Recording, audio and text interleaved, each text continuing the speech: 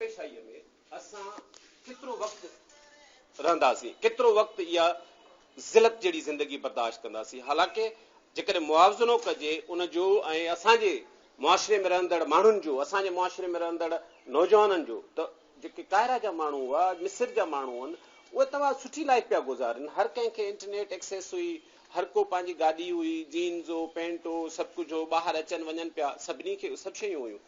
पर जेको हिकिड़ो नज़रियाती बंदि हुयो, क़ैदो बंदि, उन मां उन्हनि चयो त असांजी केसि ताईं जान छुटंदी, भई असांजा त नसल हिन में गुज़री विया, असां सदाईं हसनी मुबारक खे सदा ॾिठो आहे, असांजो ॿियो नसल आहे, टियों नसल आहे, जेको अचे थो उनखे ॾिसूं था त हीउ हसनी मुबारक वेठो आहे।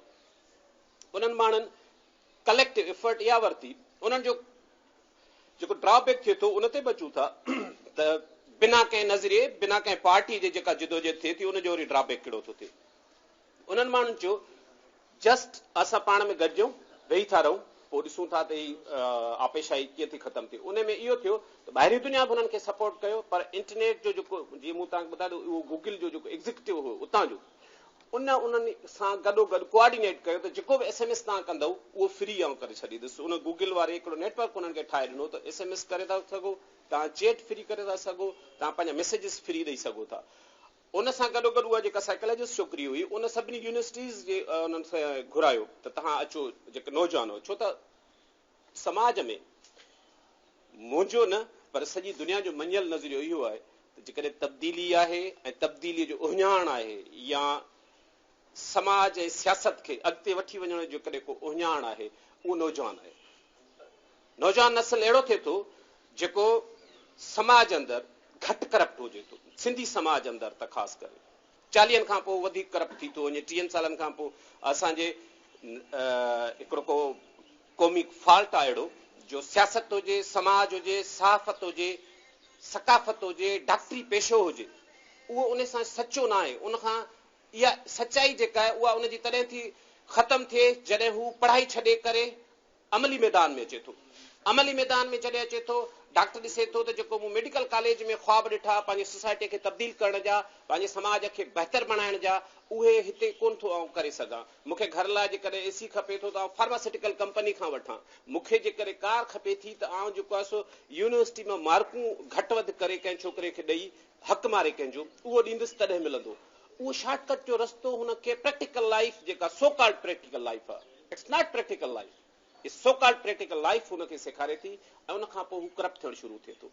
इहो ई मिसाल तव्हां सियासत में खणी अची सघो था त जेके 80 वारे ॾहाके जा हीरोज़ हुआ, जेके सिंध में नाम निहाद चीगविराज़ हुआ, उन्हनि माण्हुनि जो मुक़दर तव्हां ॾिसो, उहे माण्हू फतेखोरीअ जे इल्ज़ामनि में हाणे हयाती था गुज़ारनि। इहो हिकिड़ो डिके आहे सिंधी समाज जो, इहा हिकिड़ी अलॻि असांजी बदकिस्मती आहे। हुननि माण्हुनि इहो कयो त इंटरनेट कनेक्ट करे पंहिंजो पाण खे एॾो इक्विप कयो, ऐं दे वर वेल इक्विप्ड, हू पंहिंजो पाण ते ख़र्च पिया कनि, हुननि जे पोयां का तंज़ीम कोन हुई, हुननि जे पोयां को माण्हू कोन हुयो। हुननि हुस्नी मुबारक जहिड़ो बुत करायो थो। जीअं तव्हां सिंधी माण्हुनि जी वॾी जिदोजहद असां वटि लिखी वञे थी MRD, ज़ियालक जहिड़े माण्हू खे, उनजी आपेशाईअ खे, उनजी गस्टापो टाइप आइसाए खे उन्हनि माण्हुनि किराए विधो। इहा सिंधी माण्हुनि जी वॾी जिदोजहद, उहा अलॻि ॻाल्हि आहे, उहा हाईजेक थी वई। उहा जेका सिंध जो भोतार, इक़दारी भोतार क्लास आहे, उन हाईजेक करे छॾी, उहा हिकिड़ी अलॻि ॻाल्हि आहे। असांजे समाज में तब्दीलीअ जो उहिञाण, तब्दीलीअ जो मुहरक नौजवान आहे। जीअं मूं अर्ज़ु कयो, नौजवान जेको यूनिवर्सिटी में पढ़े थो, नौजवान जेको कॉलेज में पढ़े थो, नौजवान जेको बुक पढ़े थो, नौजवान जेको शेक्सपियर पढ़े थो, नौजवान जेको शाह लतीफ़ पढ़े थो, नौजवान जेको शेख हयाज़ पढ़े थो, जेको पंहिंजे इर्द गिर्द, पंहिंजे समाज अंदरि, पंहिंजे माण्हुनि अंदरि ख़ुशहाली बहितरी जा ख्वाब ॾिसे थो। ख्वाब ॾिसणु कॾहिं बि कंहिं बि ॾाहे ईअं न चयो आहे त इहो गुनाह आहिनि या इहो ख़राबु कमु आहे। ख़ुशहाली जा ख्वाब ॾिसणु हर इंसान जो बुनियादी हक़ आहे, ॼमंदे हक़ आहे त पंहिंजा ऐं पंहिंजे माण्हुनि जा ख़ुशहाली जा ख्वाब ॾिसे। बिल्कुलु ईअं जीअं ग्रामीण बैंक जे अब्दुल सलाम तव्हांजो बांग्लादेश वारे, उन माण्हू ॿुधा ऐं ॾिठा ख्वाब। हुन माण्हू चयो त जॾहिं आउं इकोनॉमिक्स पढ़ाईंदो हुउसि पंहिंजे चिटगांग यूनिवर्सिटी में, त जंहिं कॉरिडोर में आउं इकोनॉमिक्स पढ़ाईंदो हुउसि, उन खां इकोनॉमिक्स में त तमामु फिलासफ़ी आहे, तव्हां ख़बर आहे त मुआशी बहितरीअ जी फिलासफ़ी आहे इकोनॉमिक्स। पर उन खां ॿाहिरि उन दौर में ॾुकार वॾो हुयो 70s वारे ज़माने में, उन सख़्तु उनखे मुतासिर कयो। उन ॾिठो त ॿाहिरि हलंदड़ फिरंदड़ जेके ज़िंद स्किल्टन्स हुआ, उहे माण्हू न हुआ, जस्ट हिकिड़ा लाश हुआ जेके घुमंदा फिरंदा पिया रहनि। उन लाशनि खे ॾिसी करे मूं इहो सोचियो त बंगालियुनि में ख़ुशहाली कीअं आणिजे। ख़ुशहाली ऐं तरक़ी पंहिंजे क़ौम जे लाइ सिर्फ़ु इहे इन जा ख़्वाब ॾिसणु सिर्फ़ु सियासतदाननि जो कमु न आहे, सिर्फ़ु दानशवरनि अदीबनि जो कमु न आहे। उहो हर प्रोफेशन जो माण्हू कमु करे सघे थो, उहो हर प्रोफेशन जो माण्हू इहो कमु करे सघे थो। उहो अब्दुल सलाम ॾिसियो, यूनिस, डॉक्टर मोहम्मद यूनिस, हुन माण्हू इहो कयो, ग्रामीण बैंक क़ाइमु करे माइक्रो क्रेडिट सिस्टम ॾिनो। माइक्रो क्रेडिट सिस्टम ॾिनो, हुनखे ख़बर हुई त बंगाली तमामु उन ज़माने में पाकिस्तान में मशहूरु हो, बुखिया बंगाली, नंढे कद जा, पर पाकिस्तान में रेसिज्म जे बुनियाद ते हुननि जे लाइ इहो चयो वेंदो बुखिया बंगाली। हू एतिरा फेमाइन में वरितल हुआ, एतिरा ॾुकार में वरितल हुआ। उन्हनि माण्हुनि लाइ हुन उहो ॾिनो त $27 पर फैमिली, 40 फैमिलीज़ खे आउं ॾियां थो, उनखां पोइ रिटर्न ॾिसां थो, जेकॾहिं मूंखे बहितर मिलियो त आउं उनखे अॻिते वधाईंदुसि। हुन माण्हू जो तजुर्बो कामयाबु वियो ऐं उन मां जिन औरतुनि खे हुन ॾिनो हुयो उन्हनि जल्दी वापसि कया ऐं पोइ अॼु ॾींहं ताईं 90% शेयर उन बैंक में औरतुनि जा, बंगाली औरतुनि जा। ऐं ग्रामीण जेका आहे उहा बंगाली बहराड़ीअ जी बैंक आहे, मतिलबु गिरा उनखे चवंदा आहिनि बंगाली में, शायदि बहराड़ी या रूरल या विलेज इनखे। हाणे उन माण्हू जे ख़्वाब जी इहा हिकिड़ी जॾहिं साभिया अचे थी त तव्हां ॾिसो त जेके क्लिंटन हुआ उहे उन जा वॾा मदाह हुआ। जॾहिं बि साउथ एशिया में हू ईंदा हुआ त उन वटि ज़रूरु वेंदा हुआ त भई ग्रामीण बैंक जे फाउंडर वटि वञूं, उनखे ॾिसूं, उनखे एड कयूं त हू अञा वधीक माण्हुनि खे ॾियो। हुन बहराड़ी में पहिरियों भेरो औरतुनि खे फ़ोन ॾिना त तव्हांखे जेका ग्रामीण बैंक मीयूं 2 वठी ॾिनियूं आहिनि, इन्हनि जो जेकॾहिं खीर जो अघु तव्हांखे शहर मां पुछणो आहे त तव्हांखे फ़ोन ते करे उन्हनि खां पुछी सघो था। इहो हिकिड़ो ख़ुशहाली जो रस्तो आहे। असां वटि अञा ताईं बदकिस्मत इहा आहे, माण्हू ॿिनि वाटनि ते आहिनि। जीअं हू शहर आहे त ऐं उन जवाबी शहर में आहे, हिकदमि असांजे बुज़ुर्ग चयो त भई कूड़ा सामिन पंध होत वसे हरंद ही ॾसीन हिंगलाज में। चवंदा ही त इहो ठगियो ठा था कनि, चवंदा हलो हलो हिंगलाज में त उते त असांजो जेको आहे सो होत आहे। पोइ उन जवाबु उन बुज़ुर्ग ॾिनो त सचा सामिन पंध होत वसे हरंद, पर हिननि ॾिठो हिंगलाज में। जंहिंजो जिते जिते होत आहे उहो उनखे जेकॾहिं ॾिसी करे उन सचाईअ सां उहो माण्हू अॻिते अचे थो त आउं सम्झां थो उहा उन दौर जी सचाई आहे। ऐं उन ते बीही रहणु ऐं उन जे बुनियाद ते पंहिंजे समाज खे अॻिते वठी वञणु, उहो ईअं माण्हू असां बंगालियुनि मां जेकॾहिं वठूं सबक़ त उन माण्हूअ खे 2006 में नोबेल पीस प्राइज़ मिले थो। असांजी सोसाइटी अञा ताईं को अहिड़ो माण्हू पैदा न करे सघी आहे जंहिंखे इन सिटे जे अवॉर्ड लाइ कंसीडर बि कयो वञे। ऐं हुनजी आलमी शोहरत इहा बीहे थी त हुन माण्हूअ खे आख़िरी ॾींहंनि ताईं पंहिंजी जॉब छॾण खां उन्हनि मना पई कई, पर उन्हनि चयो त यार मां 70 सालनि जो थी वियो, हाणे त कानूनी तौर ते मूंखे रिटायर थियणु खपे। उहो रिटायर थी वियो, पर हुन हिकिड़ो ख़्यालु ॾिनो इकोनॉमिक्स में। मूं तव्हांखे ॿुधायो ईअं दुनिया अंदरि डॉक्टर्स आहिनि, सॼी दुनिया जे डॉक्टर्स खे छॾे करे जेकॾहिं तव्हां सिर्फ़ु इहो असां वठूं, डॉक्टर अदीब रिज़वी खे आउं सिंधी सम्झंदो आहियां, पर असांजा केतिरा ई माण्हू चवंदा आहिनि त सिंधी न आहे। पर आउं इहो ई सुवालु चवंदो आहियां, केतिरा डॉक्टर असां सिंधियुनि पैदा कया आहिनि सॼी दुनिया में, अखियुनि जा, नक कन, हर शइ जा। यूके में डॉक्टर अखियुनि जा मशहूरु जेके आहिनि सिंधी मूंखे मिलिया। हाणे इन माण्हुनि जे बुनियाद ते तव्हां ॾिसो, पर उन्हनि जो मक़सदु, उन्हनि जी तालीम, तरबियत, प्रोफेशन जो मक़सदु छा वञी रहियो? सिर्फ़ु ज़ाती ख़ुशहाली, पंहिंजी फैमिली जी ख़ुशहाली। ही माण्हू अॼु बि अहिड़ी गर्मीअ में SIT सखर हुन क़ाइमु कयो आहे ऐं कराची खां ट्रेन में अचे थो, उते हिन जी जेका स्टेशन ते, रोहिड़ी स्टेशन ते गाॾी बीहे थी, उहा बुलान आहे, उहा उनखे खणी अची पंहिंजे सेंटर ते विहारे थी ऐं 2-3 कलाक सेंटर ते ॾेई वरी वापसि वञे थो। जंहिं समाज में सियासी धाराऊं जेकॾहिं उहे गॾिविचड़ थी वञनि या मुंझाईंदड़ थी वञनि त हिन क़िस्म जूं जेके फील्ड्स आहिनि इहे बि इंसान खे तमामु घणो अॻिते वठी वञनि थियूं। इहे बि इंसान खे तमामु अॻिते वठी वञण में कामयाबु थी वञनि थियूं। ऐं उन में रोल जेको आहे, इंस्पायरेशन जेका आहे, उहा यंग जनरेशन आहे, नौजवान नस्ल आहे। नौजवान, उहो नौजवान जंहिं तव्हां ॾिसो ईरान जहिड़ी जेका महदूद ऐं बंदि सोसाइटी आहे, उन में बि हुननि माण्हुनि चयो त असांखे वोट जो हक़ ॾियो, 2011-10 में उन्हनि इहो चयो त जेका ग्रीन रिवोल्यूशन जे नाले सां थियो, उन्हनि उहो सॼो जेको बि थियो उहो तेहरान जो नौजवान हुयो, उन करे उथी करे इहो तमामु वॾे पैमाने ते जिदोजहद कई त असांखे वोट जो हक़ ॾियो ऐं इंडिपेंडेंट कैंडिडेट्स बीहारण जो बि असांखे हक़ ॾियो। नौजवान जो हर मुआशिरे में हिकिड़ो वॾो रोल थिए थो। असां वटि बि हाणे सॼी दुनिया जूं ॻाल्हियूं पंहिंजी जाइ ते, पर हाणे असां पंहिंजी बि ॻाल्हि करियूं।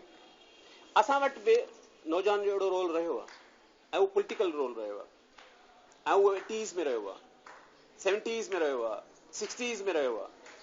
तमामु वॾो रोल रहियो आहे उन्हनि माण्हुनि जो। ऐं उन दौर में इंस्पायरेशन माण्हुनि जी इहा हूंदी हुई त उहे जेकी बि दर दरियूं बंदि करे सोसाइटी खे बंदि समाज कनि था, उन्हनि कुवतुनि जे ख़िलाफ़ उन्हनि जी जिदोजहद आहे। अंत मज़हर लिगारी ॾाढी सुठी शाइरी आहे, तव्हां बि ॿुधी हूंदी। उहे जिस्म सिगरेट जिन ते विसाणा ऐं जिन जो मुक़दर बणिया जेल थाणा, उन्हनि जी मुलाक़ात लाइ माऊं ऐं भेणूं न रोकियो, हवाऊं न रोकियो, हवाऊं न रोकियो। उहो उन दौर जी शाइरी आहे जॾहिं बिल्कुलु घुट घुसट जो माहौल आहे। ऐं उहो अकासी बि उन दौर जी करे थो शाइर त बाबा हवाऊं न रोकियो, सोसाइटीअ खे हवा ॾियो, फ्रेश एयर ॾियो, ऑक्सीजन ॾियो त सोसाइटी साह खणंदी। आपेशाहीअ में, आमरियत में, फौजी आमरियत में उहा सोसाइटी मरी वेंदी, सोसाइटी जा वैल्यूज़ मरी वेंदा। ऐं उन दौर में नौजवाननि वॾो किरदारु कयो। वॾो किरदारु इन सेंस में उन्हनि अदा कयो नौजवाननि जो तमामु वॾे पैमाने ते उन्हनि जिदोजहद हलाई। जंहिंजी जेका जेका फिलासफ़ी हुई उन तहत उन्हनि हलायो। उहा पॉलिटिकल फिलासफ़ी जेका हुई उहा डेमोक्रेसीअ लाइ हुजे, उहा पॉलिटिकल फिलासफ़ी आज़ादीअ लाइ हुजे, उहा पॉलिटिकल फिलासफ़ी जेका मार्क्सिज्म जे लाइ हुजे। इहे टे मुख्य धाराऊं असांजे समाज खे, असांजे नौजवाननि खे इंस्पायर कंदियूं रहियूं। उन ज़माने में किथे बि कंहिं बि यूनिवर्सिटी में तव्हांखे मज़हबी जुनूनियत न मिलंदी। उन ज़माने जे नौजवाननि जा बहस राति खुटी वेंदी, पर इन ते हूंदा काइनात जे वजूद ते। केॾो फिलासॉफिकल आहे। हाणे असां सार्तर खे त कोन था संभालियूं, पर अञा जिते जंहिंजे मुआशिरे में अॼु बि हाई स्कूल में फ्रांस में जेका आहे फिलासॉफी पढ़ाई थी वञे, त जीअं नौजवान जेको आहे उनखे ख़बर पए दुनिया जी बुनियादी किरदारु अदा करण जी, बुनियादी वैल्यूज़ जी।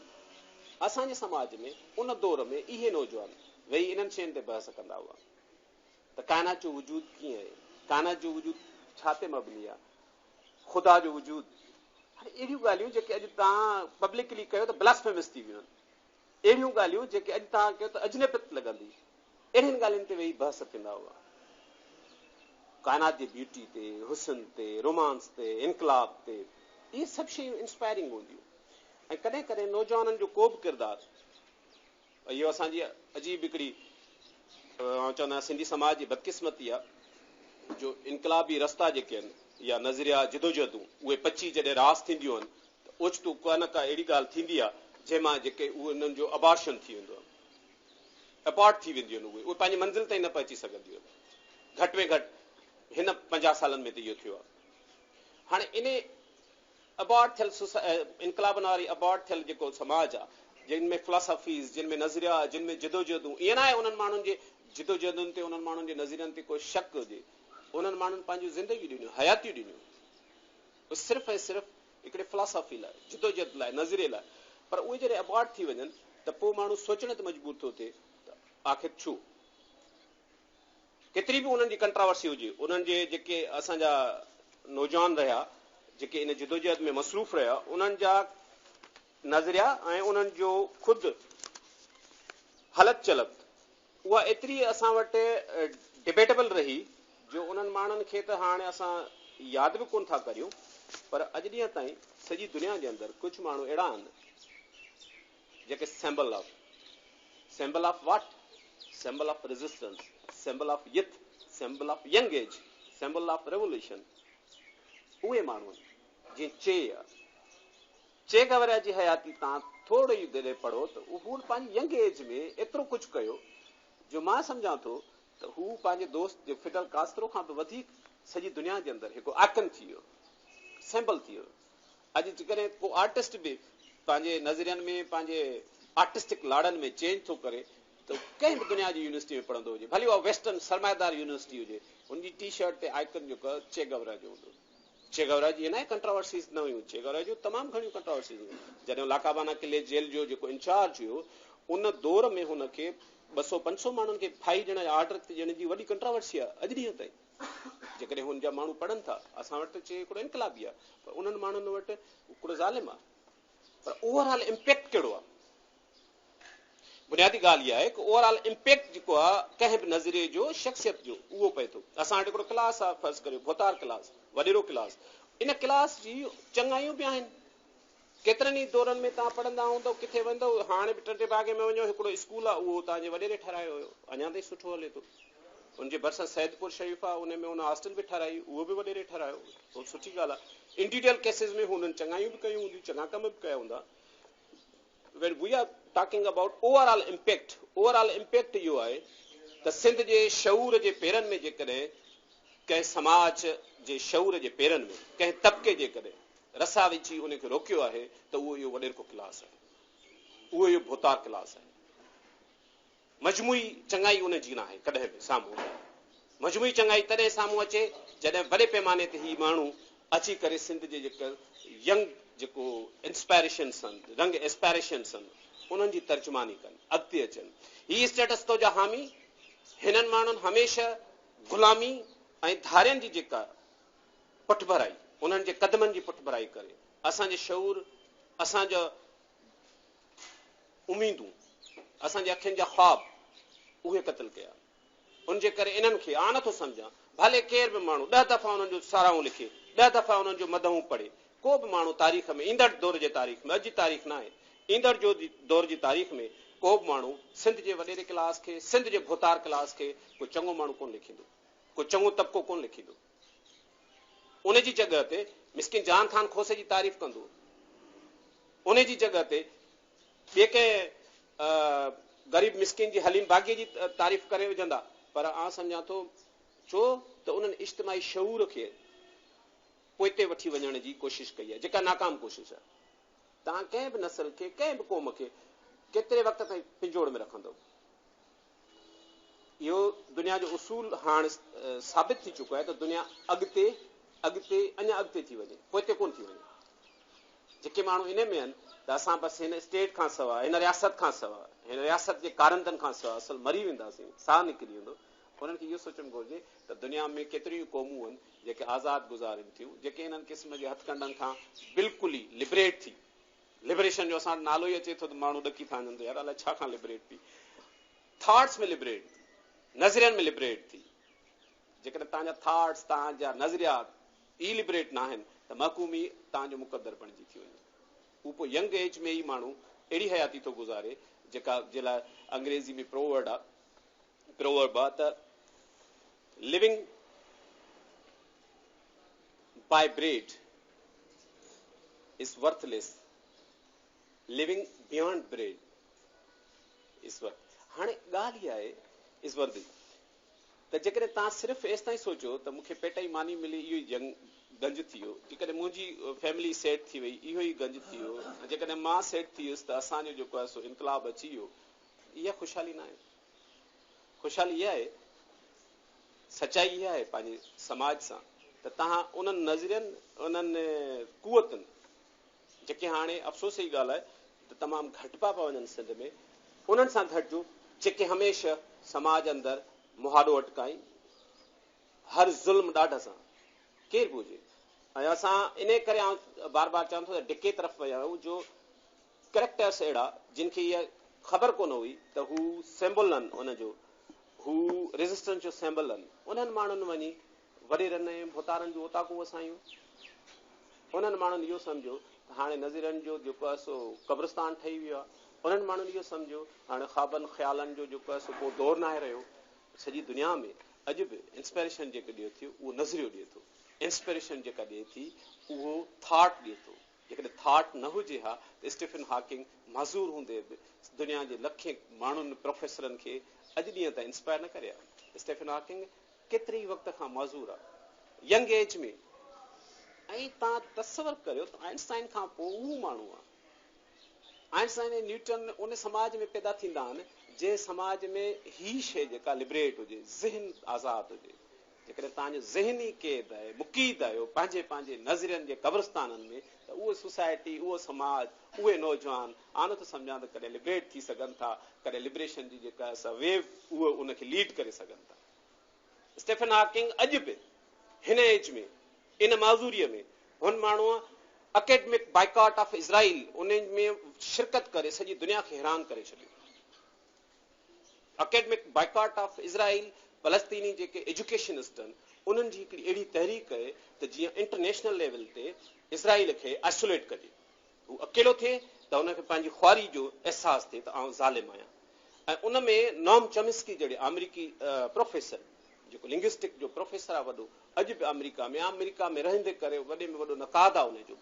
उन माण्हूअ स्टीफन हॉकिंग खे जेको कैम्ब्रिज में आहे उनखे वेही करे यूके में उन्हनि खे कोऑर्डिनेट करे चयो त तव्हां महिरबानी करे इज़राइल जे सदर जी जेका दावत आहे तव्हांखे उन कॉन्फ्रेंस में न वञो ओॾा ऐं उन जो बाइकाट जो ऐलान करियो उन माण्हू महीननि जी कंसल्टेशन खां पोइ उन बाइकाट जो ऐलान कयो त उहो वॾी दुनिया में हिकिड़ी वेव क्रिएट थी वई जेकॾहिं को थॉटफुल माण्हू को फ़ैसिलो करे जंहिं माण्हूअ जी दानिश जंहिं माण्हूअ जा लफ़्ज़ जंहिं माण्हूअ जी नज़रियो उहो चंद सौ माण्हुनि खे बि इंस्पायर करे थो ऐं उहो बहितरीन फ़ैसिलो करे जेकॾहिं सुठो फ़ैसिलो करे तव्हां सम्झा थो उन जी वधीक वैल्यू आहे वधीक वैल्यू थिए थी तव्हां ईअं न चई छॾियो त को बि वेही हिते दानिशर नौजवाननि जे कंहिं बि क़दम खे चए त भई नौजवान जेके आहिनि अनार्किस्ट आहिनि अनार्की पिया फैलाइनि तव्हां सम्झा त अहिड़े क़िस्म जे ॻाल्हियुनि सां सिंध जहिड़े महकूम ऐं मज़लूम जेको समाज आहे असां महकूम ऐं मज़लूम इन करे था चऊं इहो इन लाइ न त दुनिया असांखे वेचारगीअ नज़रुनि सां ॾिसे त असां ते रहम खाए इन जे करे न इन जे करे त जेको नौजवान आहे उन में इहो अहसासु थिए त असां वाक़ई महकूम आहियूं जॾहिं तव्हां में अहसासु न हूंदो उन शइ जो महकूमीअ जो त उहो उन मां जिंद आजी कराइण तव्हांजे लाइ तमामु हिकिड़ी ॾुखी ॻाल्हि हूंदी अप ही विल स्टॉक आहे माना टास्क एॾो आहे जो बाबा जबल चढ़णु आहे बाक़ी इन खां त घटि ॻाल्हि कोन्हे पर जॾहिं तव्हां में अहसासु थी वञे थो पोइ तव्हांजे लाइ ॾिसो न हर दौर में हीरोज़ थींदा आहिनि पैदा तव्हांजे असांजे पाड़े में जेकॾहिं ॻाल्हि करियूं बलोचिस्तान में उते सदाई सरदार रहिया आहिनि सरदार ई हीरोज़ रहिया आहिनि हमेशह सरदारनि जी ॻाल्हि रही आहे उहा वेड़ हुजे जंग हुजे जिदोजहद हुजे उन्हनि जे सरदारनि जो बि रोल उन में पॉज़िटिव रहियो आहे मजमूई तौर ते पर पहिरियों भेरो ईअं थियो आहे मिडिल क्लास हिकिड़ो माण्हू डॉक्टर अला नज़र बलोच उहो हीरो थी करे उभरियो आहे ऐं माण्हू जेका मां सम्झां थो सॼी दुनिया जी प्रेस उनखे या पाकिस्तान जी प्रेस उनखे ब्लॉक करे वेठी आहे पर सीने टू सीने माण्हुनि खे इहा ख़बर पइजी वई आहे त अला नज़र केरु आहे बुलान मेडिकल कॉलेज जो सिंपल MBBS डॉक्टर आहे पर हिन वक़्तु जेका बि गुरिला वारफेयर आहे उनखे ग्राउंड ते लीड जेका आहे उहो अला नज़र बलोच थो करे जॾहिं अकबर बुक्टी जो पोटो बि भॼी वञी स्विट्ज़रलैंड ऐं स्वीडन में पनाह वठे थो जॾहिं मरी जा पुट ऐं पोटा जेके आहिनि उहे बि वेठा हुजनि लंडन में उतां वेठा यूके में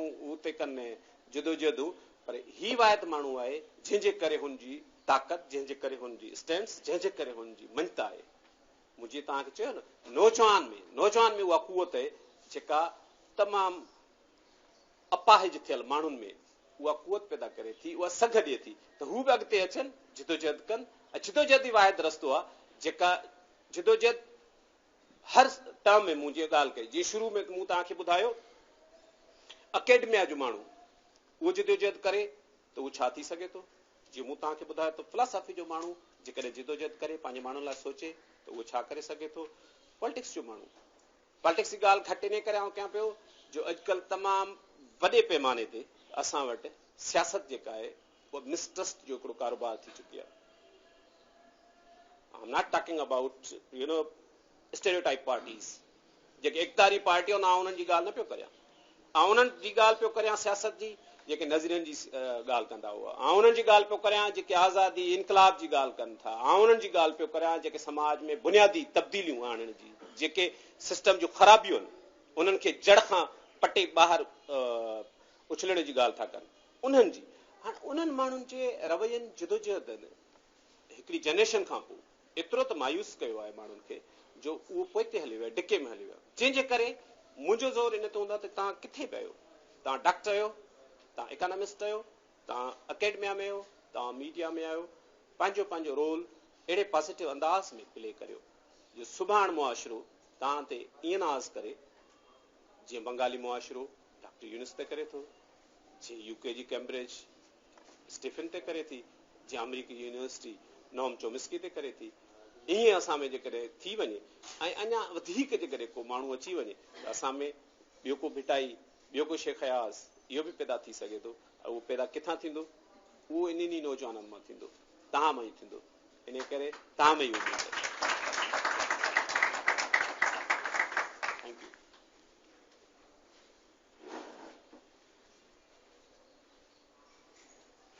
सवाल जवाब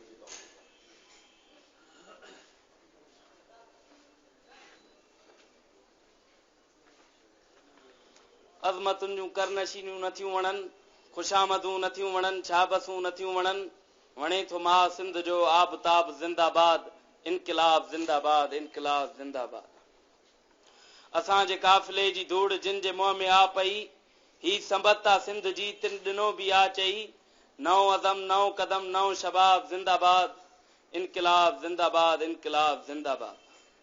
वक़्त शर्त पुॼाए खणी सिंधु देश रहणो आ, साम्राज जो निज़ाम हिक ॾींहुं टहिणो आ, पंहिंजो आहे एतिजाज बेहिसाब ज़िंदाबाद, इनक़िलाब ज़िंदाबाद, इनक़िलाब ज़िंदाबाद। प्रोग्राम खे अॻिते वधाईंदे सवालनि ऐं जवाबनि जो सिलसिलो शुरू कयो वञे थो। जंहिं बि दोस्त खे को बि सवाल हुजे त उहो पुछी सघे थो, पंहिंजी जॻह तां पंहिंजो तारीफ़ कराए पुछी सघे थो। मुंहिंजो नालो यासिर मंगी आहे, मां डॉक्टरी ट्रस्ट में जनरल सेक्रेटरी आहियां।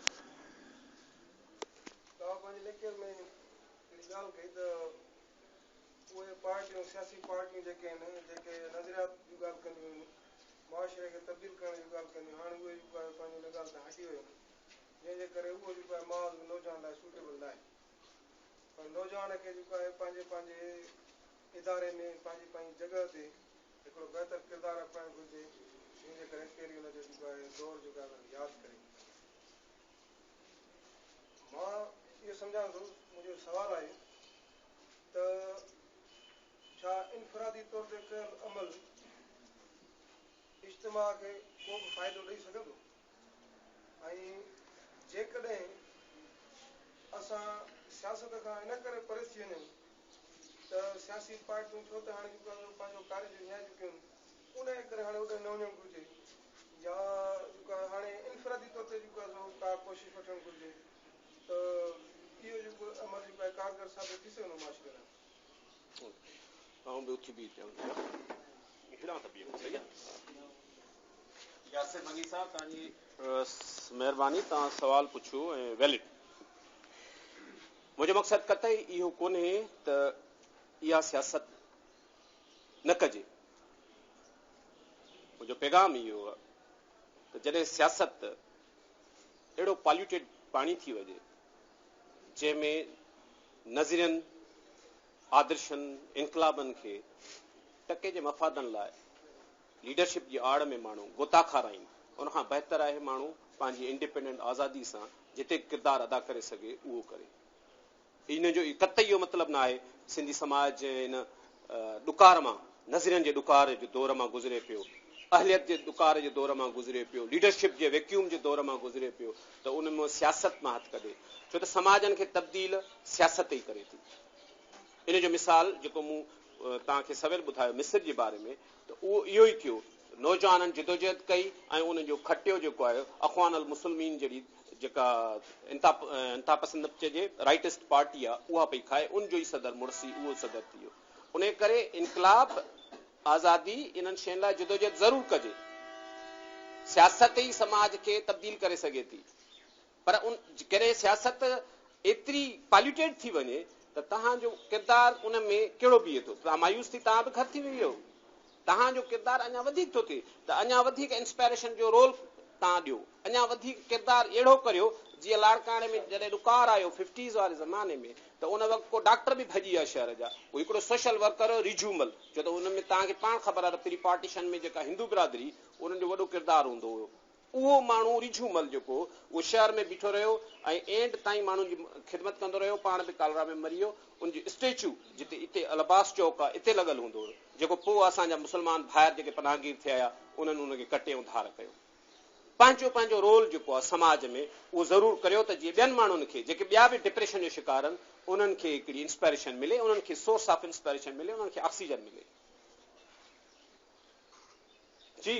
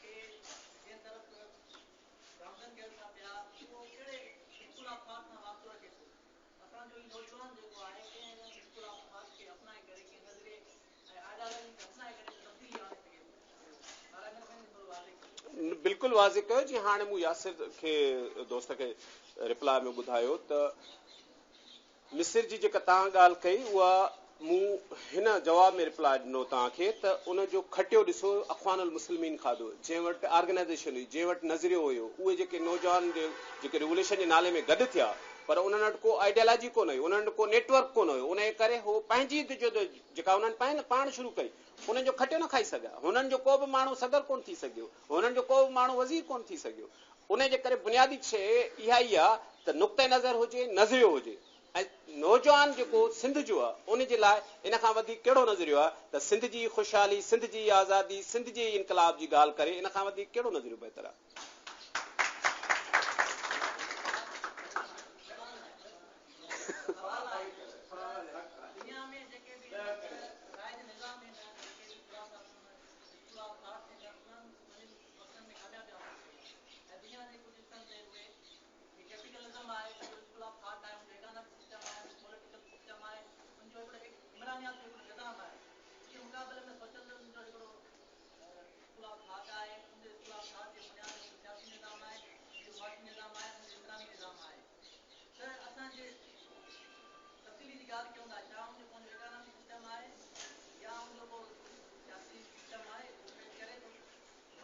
सम्झा थो बिल्कुलु उहो करे थो ऐं उन ते जेकॾहिं मुनज़िम थी का बि पॉलिटिकल फोर्स जेकॾहिं नौजवान जोड़ीनि था त उहो नज़रियो बि जोड़े सघनि था, उहा इमरानियात बि जोड़े सघनि था, उहा इकोनॉमिक्स बि जोड़े सघनि था।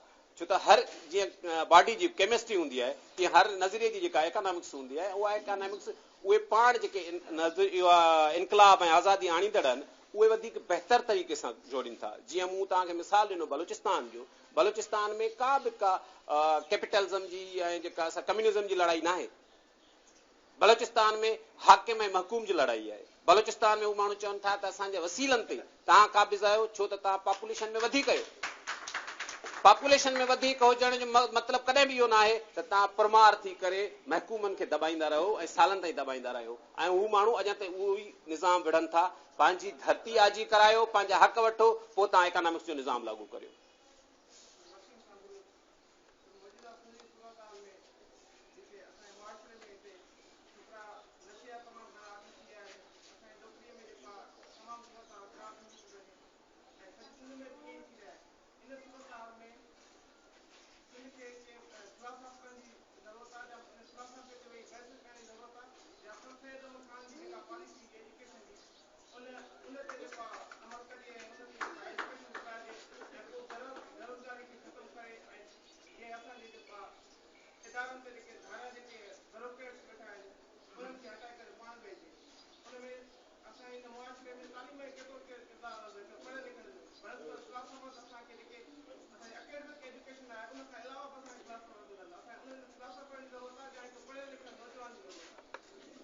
फिलासफर भी पढ़ियल लिखियल हूंदा आहिनि पर न न न न आई जस्ट टेकिंग इट तव्हांखे आउं इहो पोइ अर्ज़ु करियां बुनियादी शइ जेका आहे उहा कंहिं बि समाज खे अॻिते वठी वञण जी उहा तालीम आहे।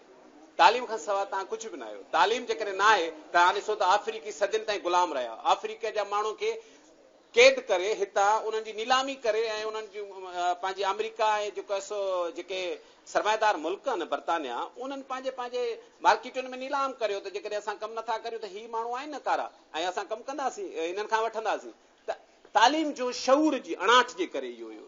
अॼु जेकॾहिं तालीम आहे अॼु जेकॾहिं शऊर आहे तव्हां ॾिसो उन ई अफ्रीका नेल्सन मंडेला पैदा करियो। इहे बुनियादी फ़र्क़ु इहो आहे त तालीम अचे थी त शऊर अचे थो, शऊर अचे थी माण्हू जो ज़हन सुजाग थिए थो। सिंध में जेकॾहिं तालीम जो जेको बुहरान आहे हां सम्झां थो तमामु वॾे में वॾो बुहरान आहे ऐं उहो असांजो धारियनि खां वधीक पंहिंजनि जो पैदा कयल आहे। सिंध जो जेको मिनिस्टर आहे तव्हां केर बि माण्हू चई वञे तालीम जो मिनिस्टर को पंजाबी पठाण थियो गुज़िरियल 5 सालनि में हिकिड़े अहिड़े माण्हू जंहिंजी अहिड़े हिकिड़े फर्द ते ॻाल्हाइण सही न थींदो पर आउं चवंदो ओवरऑल तव्हांजो चीफ सेक्रेटरी या सेक्रेटरी तालीम केरु आहे? उहो को अंग्रेज़ आहे, उहो को पुरचोगर आहे, उहे पंहिंजा माण्हू आहिनि। उन्हनि इन निज़ाम खे डिटेक अहिड़े तरह सां कयो आहे जो हाणे असांजो सरकारी स्कूलनि तां जिन मां असांजे तमामु बहितरीन डॉक्टर्स, बहितरीन ब्यूरोक्रेट्स, बहितरीन फिलोसोफरनि इन्हनि सभिनी माण्हुनि तालीम वरिती, अॼु उहे माण्हू उन तरफ़ वञनि कोन था। अलामा काज़ी जो रूह इन खां वधीक किथे तड़पंदो हूंदो त उनजी यूनिवर्सिटी जो वीसी अहिड़ो 3rd क्लास ऐं नाल माण्हू हुजे जेको रिटायरमेंट जी एज खां पोइ बि सिर्फ़ु ऐं सिर्फ़ु गवर्नर हाउस ऐं जेका चीफ सेक्रेटरी आहे उन वटि पैसा पहुचाए करे पंहिंजी पोस्टिंग वठंदो हुजे। त सिंध जी यूनिवर्सिटियूं अॼु जे दौर में ईअं विकामनि थियूं जीअं थाणा विकामजनि। इहा इन खां वधीक बदतरीन कहिड़ी ॻाल्हि आहे? सम्झां थो त कंहिं बि जेको बि माण्हू वोट वठी वञे थो घटि में घटि उनजो ज़मीर एतिरो सुजागियल हुजे, एतिरो जागियल हुजे जो उनखे सिंध जे अंदरि तालीमी इमरजेंसी नाफ़िज़ करणु घुरिजे। तालीमी इमरजेंसी नाफ़िज़ करे असांजी हिकिड़े पूरे नस्ल खे माण्हू अॻिते वठी वञी सघे थो। इहा हिकिड़े जिन खे असां वोट ॾियूं था उन्हनि मां बि इहा गुज़ारिश करे सघिजे थी, उन्हनि मां इहा तवक़ो करे सघिजे थी। बाक़ी अॻियां जूं ॻाल्हियूं त हाणे इनकलाब ऐं तब्दीली जूं ॻाल्हियूं बाद जूं आहिनि। पहिरियां तालीम ऐं तालीमी emergency. I do agree with you gentleman.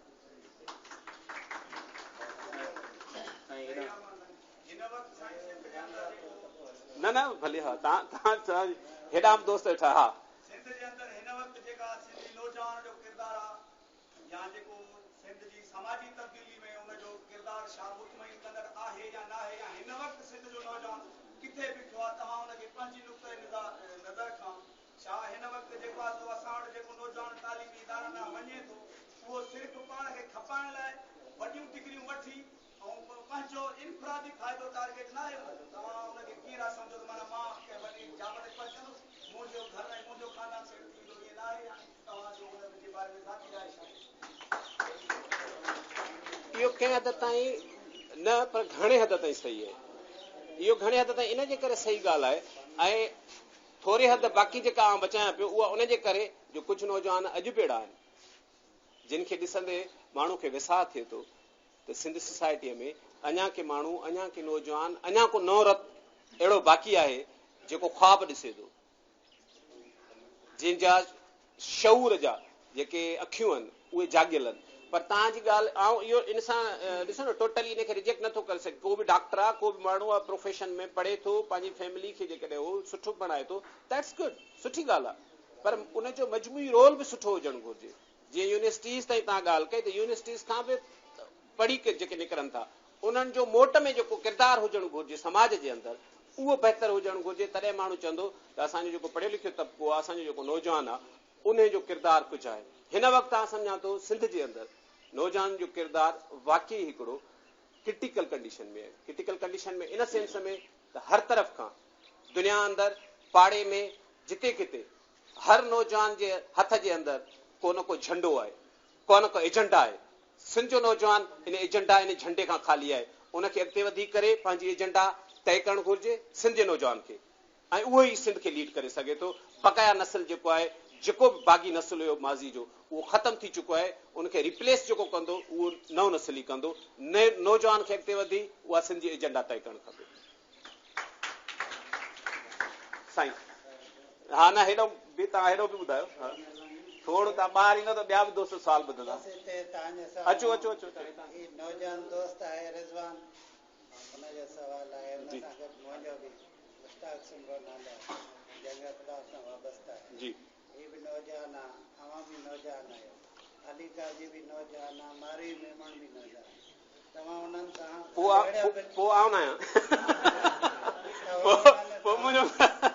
तव्हां उन्हनि सां इन जी तब्दीली में सलाहियल बि रहिया आहियो। उहे नौजवान हिन वक़्तु किथे बीठा आहिनि ऐं उन्हनि जो हयल नारो तब्दीलीअ जो किथे बीठो? इहो ई मुंहिंजो सवाल। ओके, छा हाणे आउं सम्झां थो त इहो बहितर थिए हा त उहे माण्हू पाण जवाबु ॾियनि, छो त इहा जेका तव्हां जंहिं तब्दीली जी ॻाल्हि था करियो सलाहियल मीन मूं कंहिं जलसे में तक़रीर न कई आहे उन जे बारे में, न उनजी आउं एडवोकेसी कंदो रहियो आहियां। पहिरीं ॻाल्हि, ॿी ॻाल्हि त किथे बि कंहिं बि इन सेशन, छो त इहो कहिड़ो पॉलिटिकल रस्तो आहे, पॉलिटिकल आइडियोलॉजी हर कंहिंजी अलॻि आहे, किथे बि माण्हू गॾु कमु करे उहो अलॻि ॻाल्हि आहे, पर सियासी रस्तो जेको आहे उहो हर कंहिंजो उधार आहे, पहिरीं ॻाल्हि। ऐं ॿी ॻाल्हि इहा की उन्हनि माण्हुनि जो सियासी सफ़र किथे आहे उहे त वधीक पाण ॿुधाए सघनि था त मारवी मेमण किथे आहे, अली काज़ी किथे आहे, उहे पाण बहितर अंदाज़ में ॿुधाए सघनि था। मुंहिंजी पोज़ीशन इहा ई आहे, मां हिन महिल नौजवाननि सां गॾु बीठो आहियां। हा हा, हुकुम हुकुम।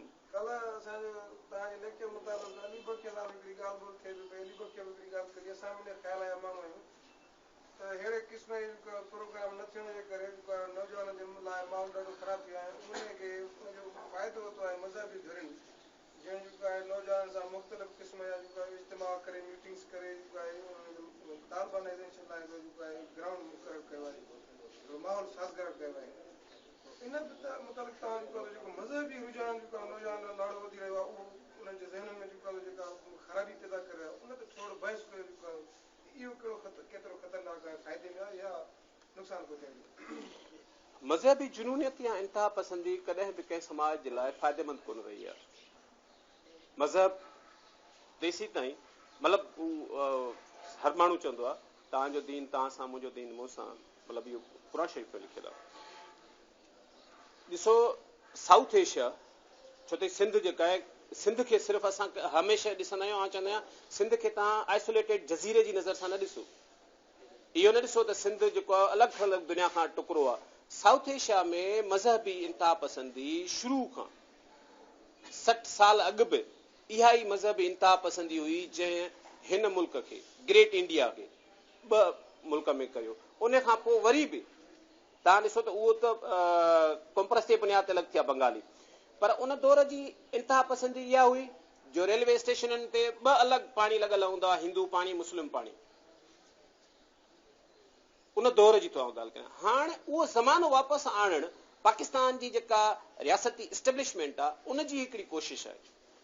उनजी हिकिड़ी कोशिशि इन जे करे आहे जो स्ट्रेटेजिकली हुननि खे इहो सूट थो करे त लश्कर झंगवी, जैश ए मोहम्मद जहिड़ा इंतिहा पसंद हुजनि जेकी काफ़र त छॾियो मुस्लमाननि खे बि काफ़र करार ॾियनि, सरेआम दीवारुनि ते लिखी छॾनि शिया काफ़र। इहा किथां जी इंसान, इहो किथां जो मज़हब आहे? उन जे करे इहा एजेंडा जिन माण्हुनि वरिती आहे उहो इन जे करे वरिती आहे त जेके शऊर तरक़ी पसंदीअ जूं जेके लहरूं आहिनि उहे जेकॾहिं पाकिस्तान में वधनि त उन्हनि खे सप्रेस कजे, उन्हनि खे घटाइण जे लाइ काउंटर फोर्स। तव्हां ॾिठो ज़ियारत में जेकॾहिं कायद आज़म जी रेजिडेंसी ते हमिलो थियो त ॿिए ॾींहं ते जेके शिया कम्यूनिटी आहे उतां जी हज़ारा, उन्हनि जी छोकिरियुनि जे नियाणियुनि जी बस ते हमिलो थियो ऐं लश्कर झंग बि उन ते हमिलो कयो त जीअं दुनिया जे अंदरि वधीक इम्पैक्ट हुनजो पए त असां हिन जी प्रेज़ेंस वधीक आहे। हुननि आइडियोलॉजिकल हमिलो कयो। बलोच जेके मिलिटेंट्स हुआ उन्हनि जो हिकिड़ो हमिलो कायद आज़म जी रेजिडेंसीअ ते, उहो कंहिं माण्हू जो नुक़सानु कोन हुयो, उहो आइडियोलॉजी जो नुक़सानु हो। हिननि जो हमिलो ह्यूमन एंगल खां वधीक हुयो। दुनिया अंदरि इहो ई डिबेट थी वई त भई शिया ऐं सुनी एॾो तज़ाद आहे पाकिस्तान में, ख़ासि करे बलूचिस्तान में जेको सेक्टेरियन आहे इशू उहो क़ौमी इशू खां वधीक आहे। ईअं ई तव्हां ॾिसंदव, हीअ हाणे जी ॻाल्हि न आहे, हर सिंध जे हर शहर जे बाईपास ते तव्हांखे मदरसा ऐं उहे बि कंक्रीट सीमेंटेड, माना इन स्कूल में ठाहियूं हीअ बि जेको टीयर गार्डन जो ठहियल आहे, पर उहो कंक्रीट आहिनि मदरसा उन्हनि जा। ऐं उन में केरु पढ़नि था केरु नथा पढ़नि उहो ख़ुदि हिकिड़ो इशू आहे।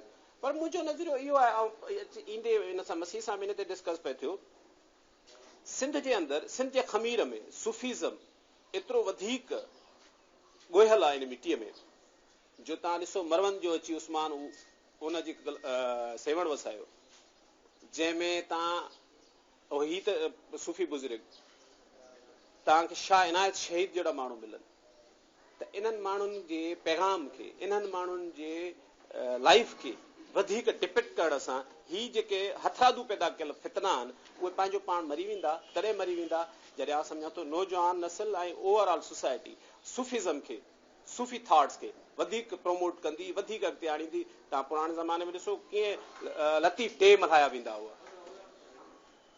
हाणे Shahnaz day, Latif day, Sachal day जेकॾहिं तव्हां मल्हायो त मुलान जी आवाज़ खे केरु ॿुधंदो? मतिलबु पॉपुलर वेव ॾिसो सिंध में जो माण्हू कैसेटूं आहे ॿुधनि जंहिंमें आपदा परवीन चवंदी हुजे त मुला मरई मां पितो फिसई पेट में।